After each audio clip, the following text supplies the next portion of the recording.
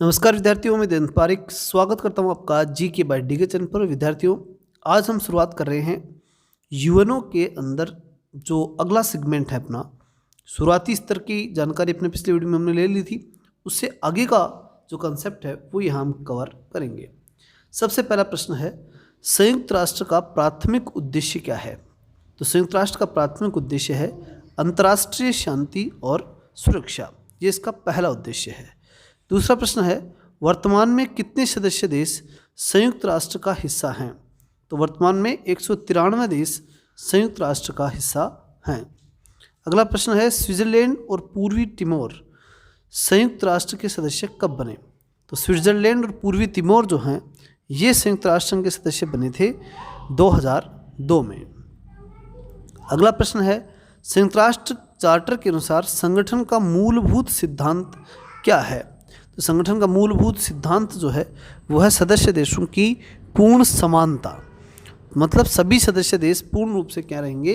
समान रहेंगे। ये मेन टारगेट इसमें रखा गया।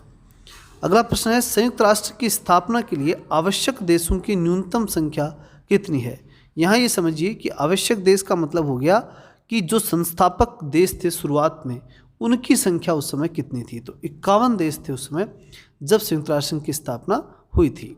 अगला प्रश्न है, 1955 में संयुक्त राष्ट्र में शामिल होने की अनुमति देने वाले पैकेज डील में कौन से देश शामिल थे? तो उसके अंदर जो है वो केवल पूंजीवादी राष्ट्र की बात करें तो वो नहीं थे, समाजवादी भी अकेले नहीं थे, तटस्थ भी नहीं थे। तो फिर क्या था? सब देश उसके अंदर शामिल थे, यानी पूंजीवादी भी थे, समाजवादी, गुटनिरपेक्ष, तीनों सभी प्रकार के राष्ट्र इसमें शामिल थे। इसीलिए और वो सारे के सारे राष्ट्र मिलकर के क्या बने थे? उस समय यूएनओ के सदस्य बने थे और इसीलिए इसे पैकेज डील के नाम से जाना जाता है।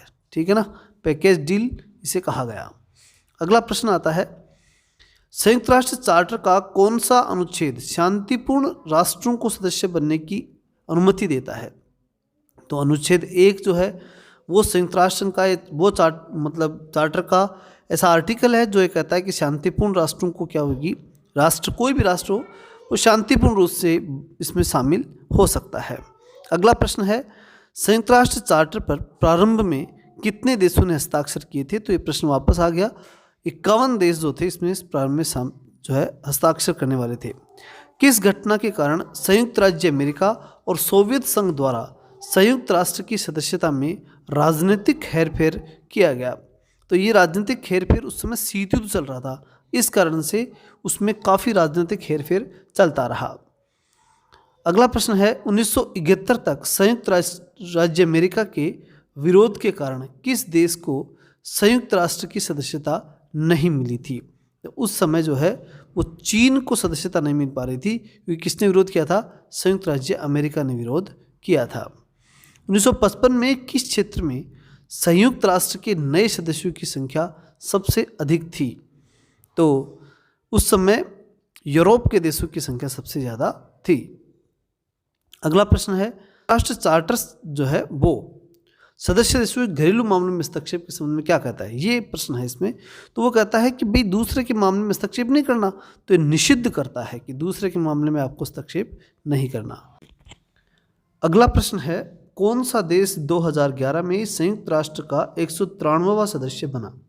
तो इसके लिए आपको ध्यान रखना है कि दक्षिणी सूडान जो है वो 193वां सदस्य बना था। नेक्स्ट है, चार्टर का क्या महत्व है?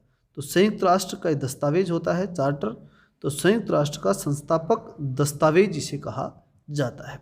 तो ये थे आज के 3 महत्वपूर्ण प्रश्न।